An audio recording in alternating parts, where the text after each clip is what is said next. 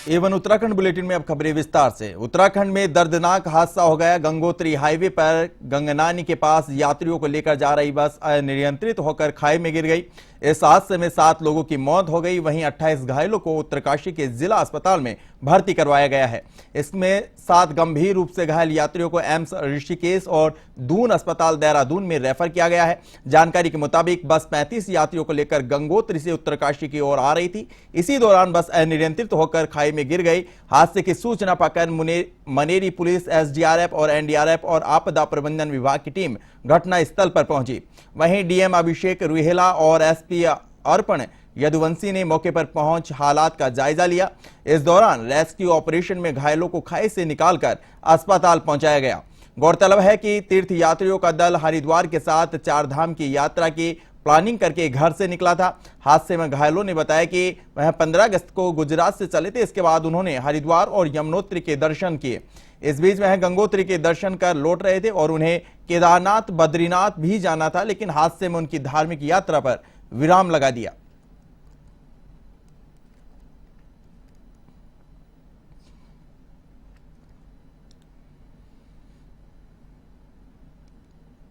गंगोत्री राष्ट्रीय राजमार्ग पर गंगनानी नामक स्थान पर से एक वाहन की दुर्घटना की खबर प्राप्त हुई।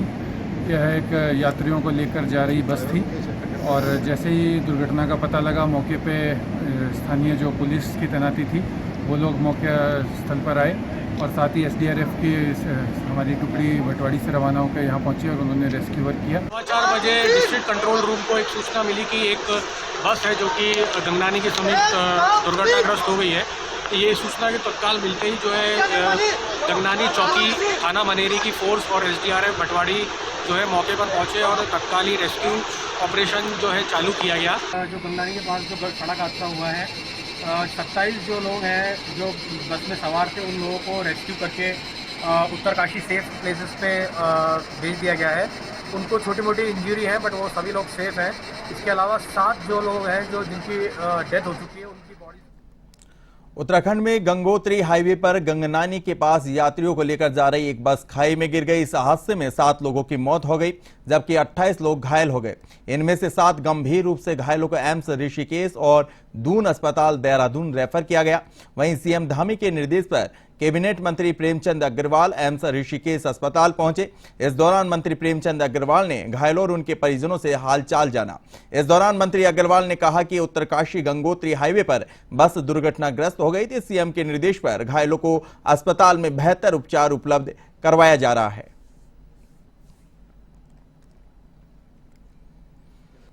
गंगनानी उत्तरकाशी में कल बस दुर्घटना हुई थी।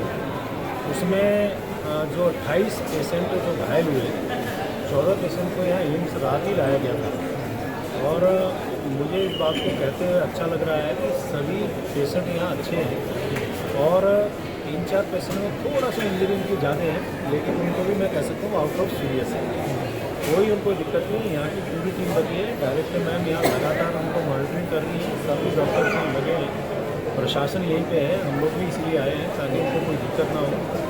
और अच्छी बात यह है कि यहाँ के इलाज से साल 2024 के लोकसभा चुनाव में भले ही अभी कुछ वक्त शेष हो, लेकिन भाजपा ने चुनाव को लेकर तैयारियां शुरू कर दी हैं। भाजपा 2024 में साल 2019 की तरह 5 सीटों पर जीत का परचम लहराने का प्रयास कर रही है। इसके लिए भाजपा ने ग्राउंड जीरो पर काम शुरू कर दिया। इसकी कड़ी में बीजेपी ने देहरादून के एक निजी होटल में मतदाता जागरूकता अभियान को लेकर एक कार्यक्रम आयोजित किया, जिसमें प्रदेश अध्यक्ष महेंद्र भट्ट, संगठन महामंत्री अजय कुमार, प्रदेश महामंत्री आदित्य कोठारी सहित कार्यकर्ता मौजूद रहे। गौरतलब है कि मतदाता चेतना अभियान कार्यक्रम के तहत बीजेपी युवा मतदाताओं को साधने में जुटी हुई है।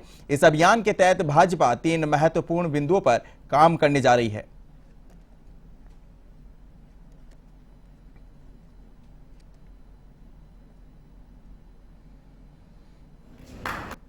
मतदाता सूची का पुनरीक्षण का कार्य वर्तमान समय में चल रहा है और ये काम 31 अगस्त तक चलेगा। इसमें मतदाता सूची में जो 1 जनवरी 2024 को 18 वर्ष के पूर्ण करने वाले नवयुवक हैं, उनके नाम जोड़ने का काम है। मतदाताओं के स्थान परिवर्तन हो गए हैं, उनको ठीक करना। इसके साथ साथ ऐसे अनेकों 9 मतदाता जो 18 वर्ष के अभी एक प्रथम चरण और 1 जनवरी 2024 का द्वितीय चरण, उसमें हम सब लोगों से बना काम करा। अभी तक ये NGO सरकारी संस्थाएं करती थी, लेकिन देश के सबसे बड़े राजनीतिक दल होने के नाते हम भी इस अभियान में प्रमुखता से जुड़े। इस विषय को लेकर सभी कार्यकर्ताओं को इस काम में हम जोड़ेंगे और उद्देश्य वही है कि भारत के लोकतंत्र में मतदान का जो महत्व है। उत्तराखंड सरकार में 4 मंत्रियों के पद अभी भी रिक्त हैं और इसको लेकर कई विधायक इस कवायद में जुटे हैं कि उनको सरकार में बड़ी जिम्मेदारी दी जाए। इसके लिए वह लगातार पार्टी के केंद्रीय नेताओं के साथ मेल मिलाप का दौर जारी है। वहीं प्रदेश के कैबिनेट मंत्री प्रेमचंद अग्रवाल ने साफ किया कि मंत्रिमंडल में रिक्त पदों से कोई फर्क नहीं पड़ रहा है। मंत्रिमंडल के सभी सहयोगी पूरी ताकत के साथ प्रदेश के विकास के लिए काम कर रहे हैं। उन्होंने कहा कि यह मुख्यमंत्री का विशेषाधिकार है कि वह कब अपने कैबिनेट का विस्तार करते हैं। देखिए, माननीय धामी जी के नेतृत्व में सरकार बहुत अच्छा काम कर रही। जहाँ तक हमारी रिक्तियों की बात है, माननीय मुख्यमंत्री जी का अपना विवेक रहता है। जब माननीय मुख्यमंत्री चाहेंगे वो अपना इस रूप में निर्णय ले सकते हैं। लेकिन आज की तारीख में भी माननीय धामी जी और उनके मंत्रिमंडल के सहयोगी रूप में यानी हम सब पूरी ताकत के साथ सरकार के लिए और जनता के हित में काम करें। उत्तराखंड में पहाड़ी और मैदानी क्षेत्रों में बारिश जारी है, जिसमें मैदानी इलाकों में बाढ़ के हालात हो गए हैं। वहीं हरिद्वार में बाढ़ ने कहर बरपाया है। किसानों की फसलें पूरी तरह से नष्ट हो गई हैं, तो इधर आम जनजीवन भी पूरी तरह से प्रभावित हुआ है। ऐसे में लोगों को अब वायरल बुखार और डेंगू का डर सता रहा है। इधर डेंगू को लेकर स्वास्थ्य विभाग में भी हड़कंप मच गया है। मंगलोर क्षेत्र के गधारोना गांव के एक व्यक्ति की बुखार के चलते मौत हो गई। उपचार के दौरान जांच में डेंगू की पुष्टि हुई है। वहीं नगरपालिका प्रशासन की ओर से मंगलोर में दवाइयों का छिड़काव करवाया जा रहा है, जिससे डेंगू का लार्वा नहीं पनपे।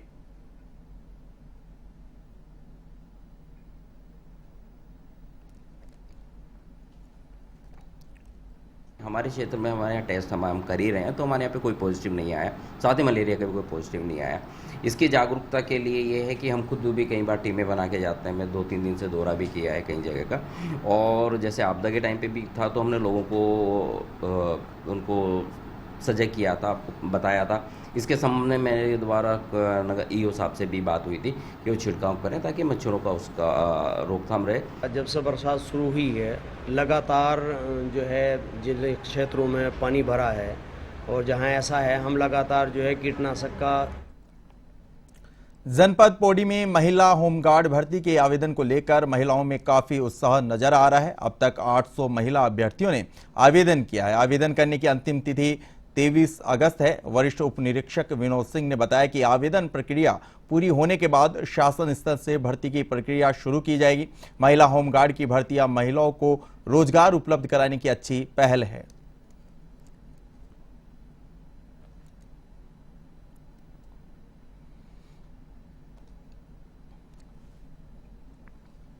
सरकार से बस इतना चाहते हैं कि जितना हो सके वो लोग उत्तराखंड में भर्तियां लेके आए हम लोगों के लिए, क्योंकि बेरोजगारी इतनी ज़्यादा बढ़ गई है कि अब लोगों को अपना उत्तराखंड छोड़ के बाहर जाना पड़ रहा है। क्यों?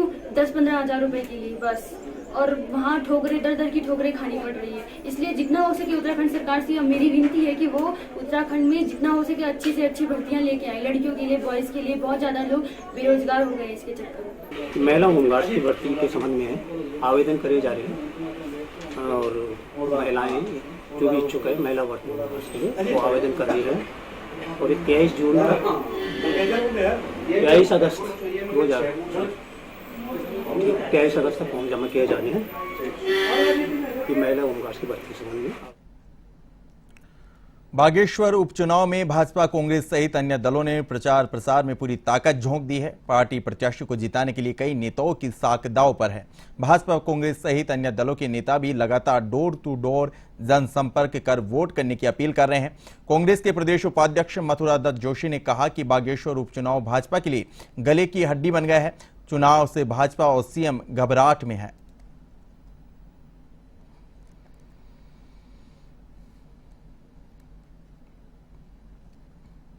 बागेश्वर उपचुनाव भारतीय जनता पार्टी के लिए गले की हड्डी बन गया है। चुनाव से भाजपा घबराहट में है, स्वयं मुख्यमंत्री जी घबराहट में। पहले तो कैंडिडेट तय नहीं कर पाए, माँ बेटे में दोनों में द्वंद्व चलता रहा, कभी किसी के नाम पर किसी के नाम पर, कभी कहते रहे कि लड़के को देंगे, कभी कहते रहे माँ को देंगे। अंततोगत्वा घबराहट में माँ को सिंपैथी लेने के लिए चंदन रामदास जी की पत्नी को मैदान में उतारा।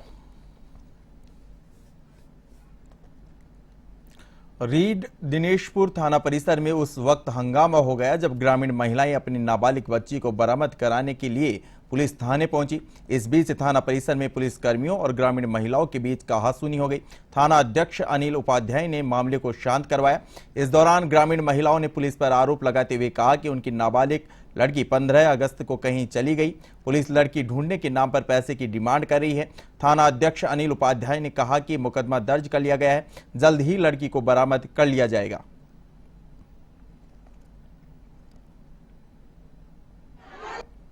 कहना यह है कि जल्दी से जल्दी बरामद किया जाए हमारी बेटी को।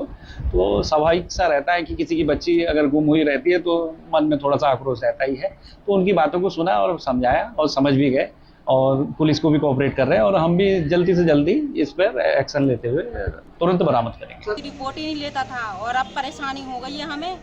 वो सरदार के साथ गई है, उसका पूरा पता बता दिया, ये लोग सारा काम करके दिया और तब भी हमको कोई कोऑपरेट ही नहीं कर रहा है और कह रहे हैं कि अभी टाइम लगेगा।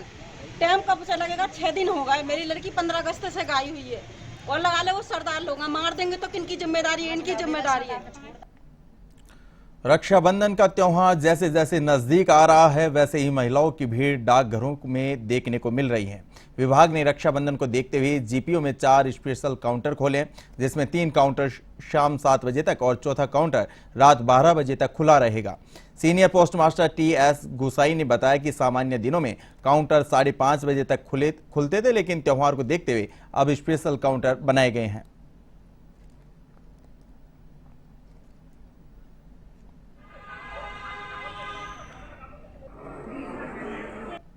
रक्षाबंधन में हमारे यहाँ जीपीओ में हमने रक्षाबंधन के लिए स्पेशल जो काउंटर्स की जो व्यवस्था करके है बुकिंग के लिए 3 काउंटर स्पेशल काउंटर खोले हैं जो कि 7 बजे तक काम करते रहेंगे। सुबह से 7 बजे तक काम करते रहेंगे, जबकि पहले जो समय था उनका 5:30 बजे तक 5:30 में क्लोज हो जाते थे। अब एक हमने रक्षाबंधन में 3 तो स्पेशल काउंटर खोल लगे हैं, एक हमने ऑटोमेटिक मशीन लगा के है, वो भी सुबह 8 बजे से आपका शाम 7 बजे तक काम करती है। उत्तराखंड कांग्रेस मुख्यालय में सोमवार मुख्य प्रवक्ता गरिमा दासोनी ने प्रेस वार्ता कर डीडी हाट की स्वास्थ्य व्यवस्थाओं को लेकर सरकार पर निशाना साधा। उन्होंने कहा कि पिथौरागढ़ जिले की स्वास्थ्य व्यवस्था जर्जर होती जा रही है और डीडी हाट के सामुदायिक स्वास्थ्य केंद्र में एक्सरा मशीन और अल्ट्रासाउंड के लिए स्थानीय लोगों को दर दर की ठोकरें खानी पड़ रही हैं। उन्होंने डीडी हाट के स्वास्थ्य केंद्रों में रिक्त पदों को शीघ्र भरे जाने की मांग की है।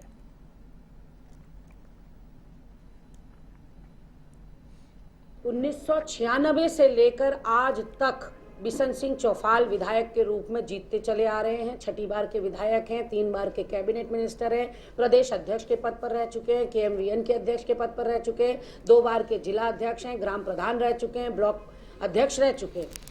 तमाम पदों को 40 सालों से सुशोभित करने के बाद भी आज उस डीडी हाट की ये हालत है कि सामुदायिक स्वास्थ्य केंद्र जो है डीडी हाट का, उसमें एक अल्ट्रासाउंड मशीन और एक एक्सरे की मशीन नहीं है। वो सिर्फ एक रेफर सेंटर बन चुका है गर्भवती महिलाओं को प्रसूता। यहां रुकेंगे एक छोटे से ब्रेक के लिए, जल्द हाजिर होते हैं। आप देखते रहिए A1 TV।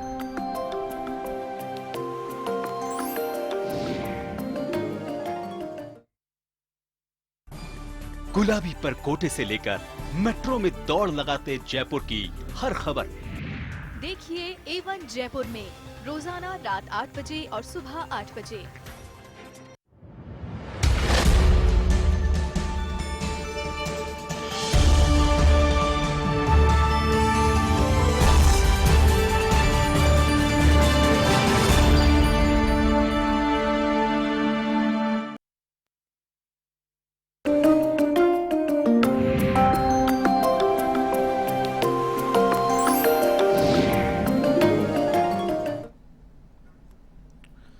ब्रेक के बाद एक बार फिर से आपका स्वागत है। रुक करते हैं खबरों की तरफ। उत्तराखंड में अभी तक मानसून सक्रिय होने से चुनौती बढ़ गई है। भारी बारिश के चलते प्रदेश के कई इलाकों में लैंडस्लाइड होने से जहां एक और कई मार्ग अवरुद्ध हो गए, वहीं सड़क हादसे भी सामने आ रहे हैं। सचिव आपदा रंजीत कुमार सिन्हा ने बताया कि यमुनोत्री राष्ट्रीय राजमार्ग पर हुए सड़क हादसे में जिन यात्रियों की मृत्यु हुई है, उनमें से एक के परिजनों की रिक्वेस्ट पर अंतिम संस्कार हरिद्वार में किया जाएगा, जबकि अन्य शवों को हवाई मार्ग से गुजरात भेजने की कार्रवाई की जा रही है।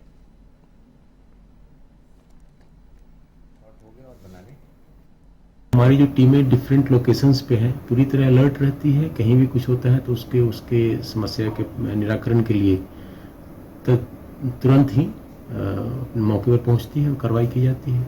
हमारी हेलीकॉप्टर की 2 हेलीकॉप्टर भी अलर्ट मोड में रहती है और मौसम अगर ठीक रहता है तो हेलीकॉप्टर से हम लोग इवैक्यूएशन की कार्रवाई करते हैं।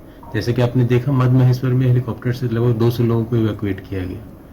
तो इस तरह से हमारी टीमें कार्य कर रही हैं। एचएनबी गढ़वाल विश्वविद्यालय से संबद्ध सभी कॉलेजों में पूर्व की भांति मेरिट के आधार पर प्रवेश देने की मांग को लेकर एबीवीपी आंदोलन कर रही है। एबीवीपी कार्यकर्ताओं ने डीएवी पीजी कॉलेज के छात्र संघ अध्यक्ष दयाल बिष्ट के नेतृत्व में पवेलियन ग्राउंड से लेकर जिलाधिकारी कार्यालय तक पैदल मार्च निकाला। कॉलेज छात्रों ने जिलाधिकारी के माध्यम से एचआरडी मिनिस्टर के नाम ज्ञापन सौंपा। इस अवसर पर बिष्ट ने कहा कि इस नवीन सत्र में एचएनबी गढ़वाल विश्वविद्यालय से संबद्ध महाविद्यालयों में पूर्व की भांति 12वीं कक्षा के प्राप्त अंक के अनुसार मेरिट के आधार पर प्रवेश दिया जाए।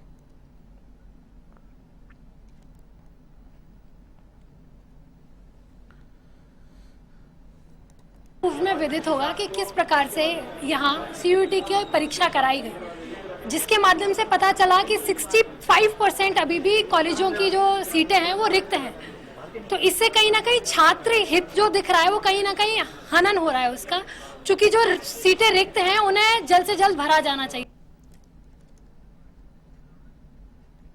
गंगनानी में हुई बस दुर्घटना में चालक के विरुद्ध मुकदमा दर्ज हो गया है। चालक के खिलाफ तेजी और लापरवाही का मुकदमा दर्ज किया गया है।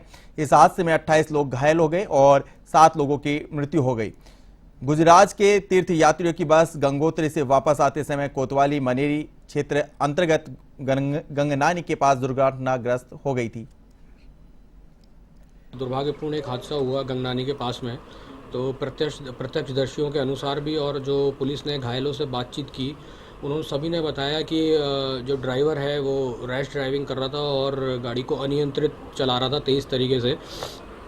तो जो प्राइमा फसाई प्रारंभिक तौर पे यही लग रहा है कि ड्राइवर की लापरवाही से और रैश ड्राइविंग से ही एक्सीडेंट हुआ है।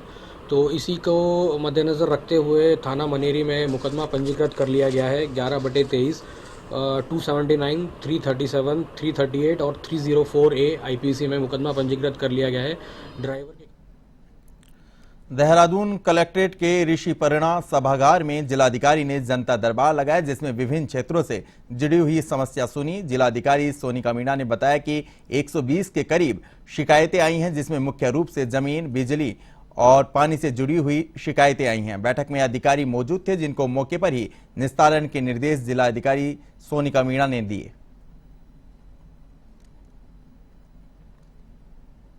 करीबन 120 हमारे पास आज शिकायतें आई हैं और जैसे हमेशा ही हमारे यहाँ पे कुछ लैंड से रिलेटेड डिस्प्यूट्स तो आते ही हैं, उसके अलावा बिजली, पानी और शिक्षा से रिलेटेड जो शिकायतें आई थी, तो सभी अधिकारी यहाँ होते हैं, उनको इंस्ट्रक्शन दे देते हैं कि तत्काल कार्रवाई। मंगलोर हरिद्वार बाईपास पर भगवानपुर चंदनपुर के ग्राम प्रधान के भाई की गाड़ी पर अज्ञात लोगों ने ताबड़तोड़ फायरिंग कर दी। इस दौरान एक युवक के गोली लगी, जिससे वह गंभीर रूप से घायल हो गए। प्रधान के भाई नौशाद देर रात अपने घर वापस जा रहे थे। राहगीरों की मदद से गंभीर घायल युवक को सरकारी अस्पताल पहुंचाया गया। गंभीर हालत देखते हुए युवक को हायर सेंटर रेफर कर दिया गया। सीओ मंगलोर बहादुर सिंह चौहान ने बताया कि पूरे मामले की जांच की जा रही है, जल्द ही हमलावरों की गिरफ्तारी की जाएगी।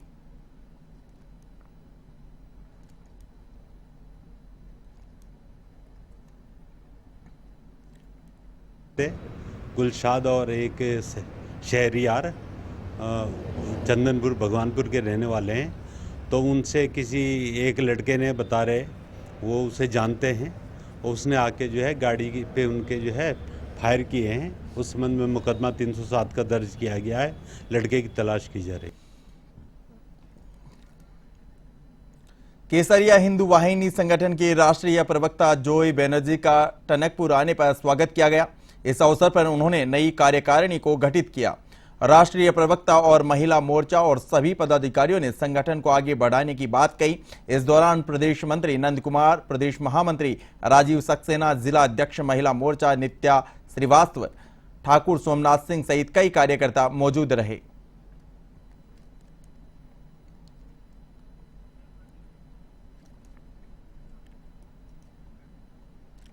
रुड़की की कलियर थाना पुलिस को बड़ी सफलता हाथ लगी है, जिसमें पुलिस ने एक बच्चा गैंग का खुलासा किया है।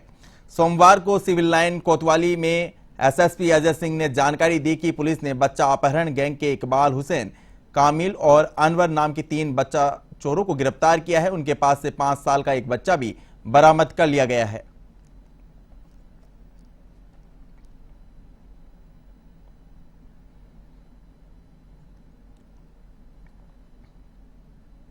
को श्री सलमान है जो कलियर क्षेत्र में रहते हैं, इनके द्वारा जो है थाने पर मुकदमा लिखवाया गया था कि इनका बच्चा जो है 5 साल का जो है वो लापता हो गया है और इस संबंध में थाने पर अपहरण का मुकदमा दर्ज कर लिया गया था। चूँकि पूर्व में भी कलियर क्षेत्र से समय समय पर बच्चे की गुमशुदगी और अपहरण की मामले दर्ज थे। इस मामले को गंभीरता से लेते हुए चूँकि अभी कुछ माह पूर्व भी मई जून में भी बच्चा एक चोरी हुआ था। नाग पंचमी के अवसर पर ग्राम सभा भट्टा क्यारकुली में प्राचीन नाग देवता के मंदिर में सुबह से ही श्रद्धालुओं का तांता लगा रहा। इस दौरान नाग देवता की मूर्ति पर जलाभिषेक और दुग्ध अभिषेक किया गया। ढोल, दमाऊ और रणसिंघे की थाप पर नाग देवता भक्तों पर अवतरित हुए और उन्हें अपना आशीर्वाद दिया। इस अवसर पर मंदिर समिति की ओर से भंडारे का भी आयोजन किया गया।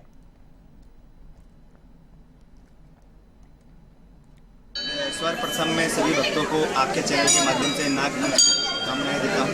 नाग देवता सबके ऊपर अपना आशीर्वाद बनाए रखें। ये मंदिर का इतिहास लगभग 400 साल से भी ऊपर है और यहाँ पे पूर्व में हमारे पूर्वजों की गाय आती थी जो स्वयं इस टीले, आप देखिए मंदिर की जो संरचना है टीले के ऊपर बनी हुई है।